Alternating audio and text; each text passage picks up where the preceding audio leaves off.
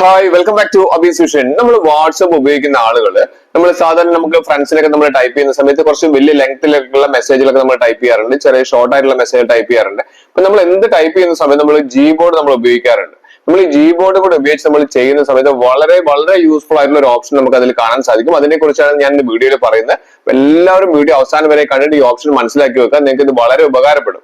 മാത്രമല്ല എന്റെ channel subscribe ചെയ്യാതെ കാണുന്നവരാണെങ്കിൽ ആ സബ്സ്ക്രൈബ് ബട്ടൺ ലൈക്ക് ബട്ടൺ എല്ലാ ഫ്രണ്ട്സിലേക്കും വലിയ ഒരു ഓപ്ഷനെ കുറിച്ച് നിങ്ങൾ ഇപ്പോൾ തന്നെ ഷെയർ ചെയ്ത് കൊടുക്കാനും മറന്നു പോകരുത്. നമ്മൾ വാട്സ്ആപ്പ് ഉപയോഗിക്കുന്ന എല്ലാവർക്കും വളരെ വളരെ യൂസ്ഫുൾ ആയിട്ടുള്ള ഒരു ഓപ്ഷനെ കുറിച്ചാണെന്ന് പറയുന്നത്. വളരെ ചെറിയൊരു ഓപ്ഷനാണ്, പക്ഷെ ഇത് വളരെ യൂസ്ഫുൾ ആയിരിക്കും. അപ്പൊ നമ്മൾ എപ്പോഴും പറയുന്ന പോലെ തന്നെ വാട്സ്ആപ്പ് നമ്മൾ എപ്പോഴും നമ്മൾ അപ്ഡേറ്റ്സ് ഉണ്ടോ എന്നുള്ള അറിയാൻ വേണ്ടി ജസ്റ്റ് ഒന്ന് പ്ലേ സ്റ്റോറിൽ കയറിയിട്ട് നമുക്ക് വാട്സ്ആപ്പ് ഒന്ന് അപ്ഡേറ്റ് ചെയ്യേണ്ട ആവശ്യമുണ്ട്. ഇവിടെ നമുക്ക് വാട്സ്ആപ്പ് മാത്രമല്ല, നമുക്ക് ഒരു കാര്യം കൂടി അപ്ഡേറ്റ് ചെയ്യേണ്ടതുണ്ട്. എന്താന്ന് ഞാൻ പറഞ്ഞുതരാം. Gboard കൂടി അപ്ലൈ ചെയ്യുന്നുണ്ട്. അതായത് അതൊന്നും കൂടി ഒന്ന് അപ്ഡേറ്റ് ചെയ്ത് കഴിഞ്ഞാൽ നമ്മൾ വാട്സ്ആപ്പിൽ Gboard ഉപയോഗിക്കുന്നവർക്കാണ് ഈ വീഡിയോ വളരെ യൂസ്ഫുൾ ആവുക. അപ്പൊ നമുക്ക് അപ്ഡേറ്റ് ഉണ്ടെങ്കിൽ ഇതേപോലെ അപ്ഡേറ്റ് കാണിക്കും. അതിനുശേഷം അപ്ഡേറ്റ് കൊടുക്കാം. അപ്ഡേറ്റ് കൊടുത്തിട്ട് നമ്മളൊന്ന് വാട്സ്ആപ്പ് ഓപ്പൺ ചെയ്തിട്ട് ഞാൻ കാണിച്ചു തരാം, ലൈവായിട്ട് തന്നെ കാണിച്ചു തരാം എന്താണ് ഇത്രയും യൂസ്ഫുൾ ആയിട്ടുള്ള ഓപ്ഷൻ.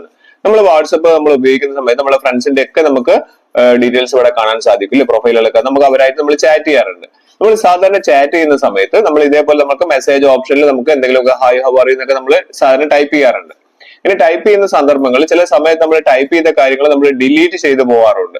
ചിലപ്പോൾ നമുക്ക് അറിയാണ്ട് കൈതട്ടി ഡിലീറ്റ് ചെയ്ത് പോകാറുണ്ട്. അല്ലെങ്കിൽ നമുക്ക് ആ ഡിലീറ്റ് ചെയ്തതിന് ശേഷം നമുക്ക് അത് വേണം എന്നുള്ളൊരു കാര്യം നമ്മൾ ഓർമ്മിക്കുക. അപ്പൊ നമ്മൾ പിന്നെയും ടൈപ്പ് ചെയ്യുന്നതിന് പകരം നമ്മൾ ചെയ്യേണ്ട ഒരു കാര്യം ഞാൻ പറഞ്ഞുതരാം. ഇവിടെ നമുക്ക് ഇവിടെ ഒരു 4 സ്ക്വയർ കാണുന്നില്ലേ, ആ സ്ക്വയറിന്റെ മേലെ നമുക്ക് ക്ലിക്ക് ചെയ്ത് കഴിഞ്ഞാൽ, ജസ്റ്റ് ഒന്ന് അതിന്റെ മേലെ ക്ലിക്ക് ചെയ്ത് കഴിഞ്ഞാൽ ഏറ്റവും താഴെയായിട്ട് നമുക്ക് ഇവിടെ ഒരു ഓപ്ഷൻ കാണുന്നുണ്ട്. കണ്ടില്ലേ, ഈ ഏരോ തിരിഞ്ഞേക്കുന്ന പോലത്തെ ഏരോ കണ്ടില്ലേ, അത് അൺഡു റീഡു എന്ന് പറയുന്ന ഒരു ഓപ്ഷനാണ്.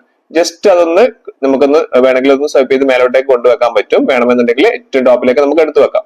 ഇവിടെ നമ്മളൊന്ന് ക്ലിക്ക് ചെയ്ത് കഴിഞ്ഞാൽ നമുക്ക് നമ്മൾ ടൈപ്പ് ചെയ്ത കാര്യം കണ്ടോ, അവിടെ അൺഡു വന്നു, അതിന് തൊട്ടടുത്ത് റീഡു വന്നു. അപ്പൊ നമുക്ക് ടൈപ്പ് ചെയ്ത കാര്യങ്ങൾ നമുക്ക് അൺഡു ചെയ്യണമെന്നുണ്ടെങ്കിലും അതുപോലെ തന്നെ റീഡു ചെയ്യണമെന്നുണ്ടെങ്കിലും നമുക്ക് ചെയ്യാൻ പറ്റും. അപ്പൊ നമുക്ക് ടൈപ്പ് ചെയ്ത് പോയ കാര്യങ്ങൾ ഇപ്പൊ വലിയ വലിയ മെസ്സേജുകളൊക്കെ ആണെങ്കിൽ ഇത് വളരെ യൂസ്ഫുൾ ആണ്. നമ്മൾ ടൈപ്പ് ചെയ്ത കാര്യങ്ങൾ അറിയാതെ ഡിലീറ്റ് ചെയ്ത് പോയിട്ടുണ്ടെങ്കിൽ ആ മൊത്തം സെന്റൻസും നമുക്ക് റീഡു കൊടുത്തിട്ടുണ്ടെങ്കിൽ അല്ലെങ്കിൽ അൺഡു കൊടുത്താൽ നമുക്ക് തിരിച്ചെടുക്കാൻ വേണ്ടി സാധിക്കും. ഇത് വളരെ യൂസ്ഫുൾ ആയിട്ടുള്ള ഓപ്ഷനാണ്. പലരും ശ്രദ്ധിക്കാവുന്ന പോകുന്ന ഒരു കാര്യമാണ്. അപ്പൊ ഇനി മുതൽ നിങ്ങൾ ഈ ഒരു ഓപ്ഷൻ ഒന്ന് ഉപയോഗിച്ച് നോക്കൂ.